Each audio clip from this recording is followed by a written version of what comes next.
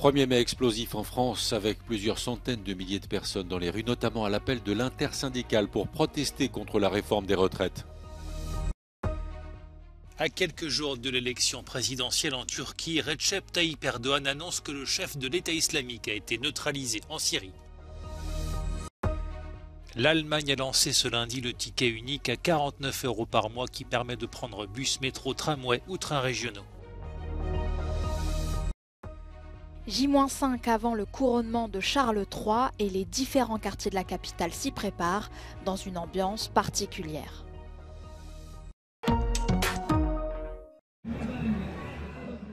Des centaines de milliers de personnes dans les rues des grandes villes de France pour les défilés du 1er mai et à l'appel de l'intersyndicale. Le dernier défilé unitaire des 8 principaux syndicats remonte à 2009. Cette année, la fête du travail est la 13e journée de mobilisation contre le texte de loi qui fait passer l'âge de la retraite de 62 à 64 ans. On a des chiffres de mobilisation qui sont historiques sur un 1er mai. Donc c'est bien le signe sur la question sociale, pas sur la question politique comme on l'avait eu en 2002, sur la question sociale. C'est le signe que le ressentiment et la colère ne baissent pas. Selon les sondages, 70% des Français désapprouvent la réforme de la retraite dont la loi est d'ores et déjà promulguée. 12 000 policiers et gendarmes sont mobilisés dans toute la France, 5 000 à Paris. Pour l'instant, l'ambiance ici est festive et populaire. Les syndicats veulent faire de ce 1er mai une démonstration massive. Ils sont unis, c'est d'ailleurs la première fois depuis près de 15 ans qu'ils se sont rassemblés pour défiler ensemble pour cette fête du travail.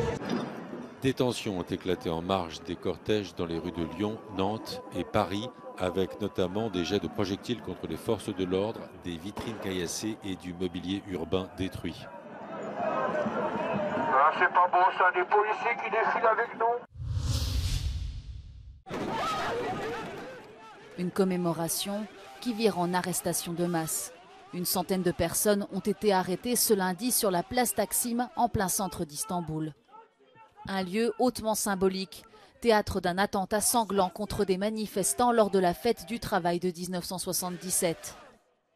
En hommage aux victimes, des centaines de personnes s'y rassemblent chaque année et déposent des fleurs devant le mémorial, malgré les interdictions instaurées par le gouvernement de Recep Tayyip Erdogan.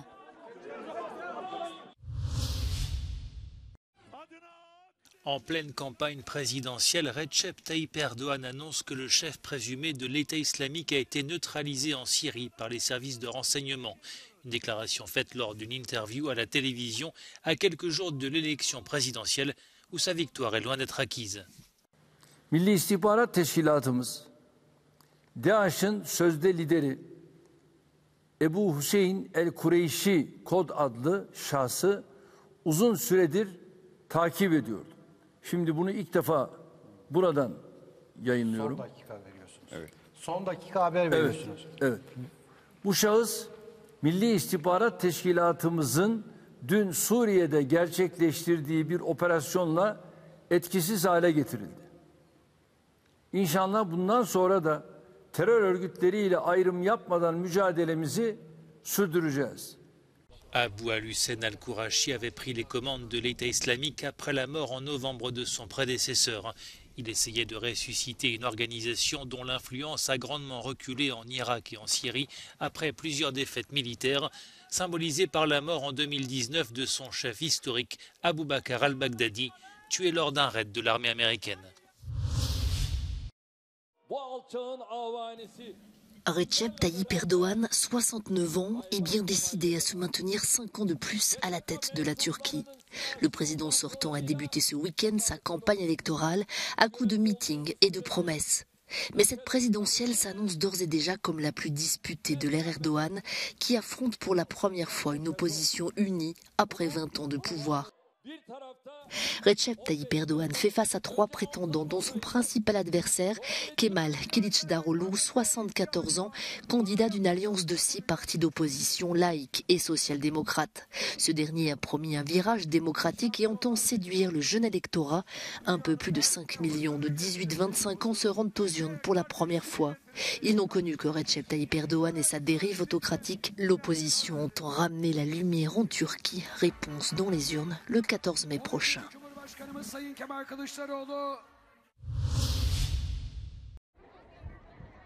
Plus de 500 morts et des dizaines de milliers de déplacés après 3 semaines de conflit au Soudan. 40 000 Soudanais auraient fui pour se rendre au Tchad, en Éthiopie ou encore en Centrafrique. Des combats qui gagnent du terrain dans tout le pays puisqu'ils s'étendent désormais à 12 des 18 États soudanais. Antonio Guterres a annoncé l'envoi au Soudan de son adjoint aux affaires humanitaires. Et malgré l'arrivée de 8 tonnes d'aide, les hôpitaux font face à une pénurie d'équipements et de personnel. Le directeur régional de l'OMS se dit très inquiet. طبعا إجابة على سؤالك يعني حتى قبل هذه الأزمة النظام الصحي في السودان كما هو معروف يعني مر بسنوات من الأزمات المختلفة يعني مما عرضوا للكثير من الهشاشة والضعف الحقيقي. ضعف يعني بكل ما تعنيه الكلمة من حيث البنى التحتية كمستشفيات أو مراكز رعاية صحية أولية بمختلف مستوياتها في عموم السودان. Pendant ce temps, les évacuations de résidents étrangers se poursuivent. Entre 200 et 300 Américains ont quitté le pays à bord d'un navire à Port-Soudan, et ce, après un périple en bus de 800 km depuis Khartoum, escorté par des drones militaires.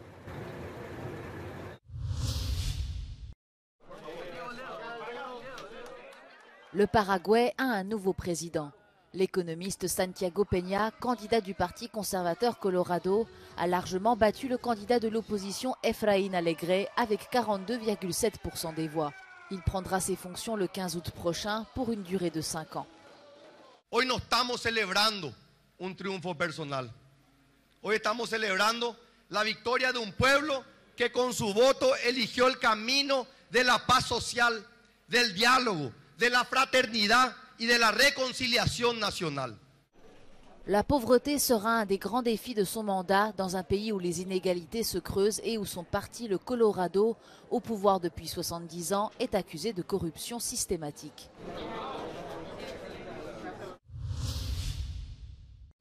Depuis ce lundi, les Allemands peuvent profiter d'un ticket à 49 € pour voyager de manière illimitée dans les transports.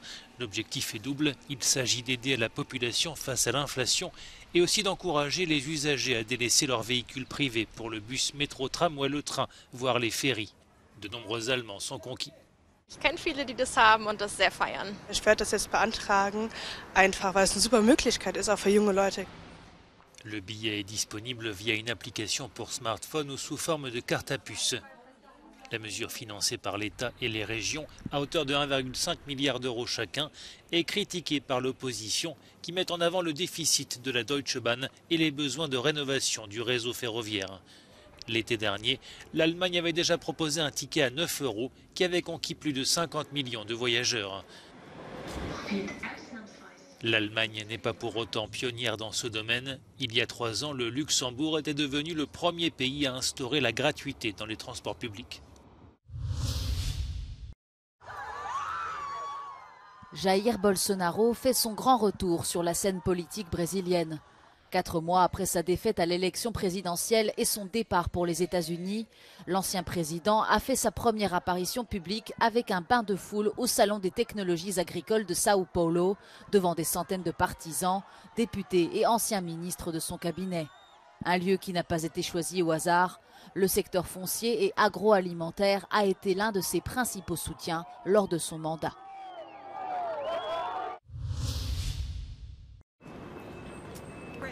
JP Morgan Chase va racheter l'essentiel de la First Republic Bank en faillite. Selon l'accord conclu ce lundi, JP Morgan va reprendre tous les dépôts et la plupart des actifs de l'établissement basé à San Francisco, placés sous le contrôle des autorités américaines. La First Republic s'est retrouvée dans le sillage de la crise bancaire qui a éclaté en mars dernier suite à la faillite de la SVB, la Silicon Valley Bank. La faillite de la First Republic est la deuxième plus importante de l'histoire des États-Unis. Le magazine français Paris Match l'avait surnommé le Christian Dior soviétique. Vyacheslav Zaïtsev est mort à l'âge de 85 ans. Le couturier affectionnait les motifs flamboyants des habits russes traditionnels. Celui que Vogue avait appelé le tsar de la mode soviétique avait conquis une renommée internationale à la faveur de la perestroïka, quand Raïssa Gorbatcheva s'était mise à porter ses modèles. Vyacheslav Zaïtsev expliquait que sa mère lui avait appris la broderie pour éviter qu'il ne traîne dans la rue.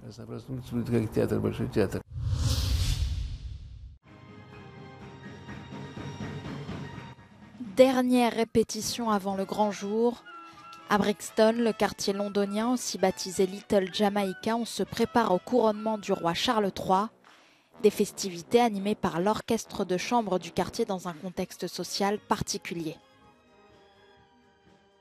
There will be a lot of different communities, and I think that with the vast range of styles that we delve into in terms of music, that whilst for some people there may be a slight disconnection in terms of the actual event and maybe the history behind it, that I think with music there can be that sort of connection. À Southall, toujours à Londres, ici, la fête prendra un tournant culinaire. Ce restaurateur est particulièrement heureux de fêter le couronnement de son ancien client. That is the greatness of your king, who actually listens to you, who wants to know from where you've come. Are you happy? Are you doing good work? So I think he is the people's king. Des événements sont prévus à travers tout le Royaume-Uni malgré l'augmentation de la pauvreté et une crise du coût de la vie qui plombe l'ambiance festive de ce couronnement.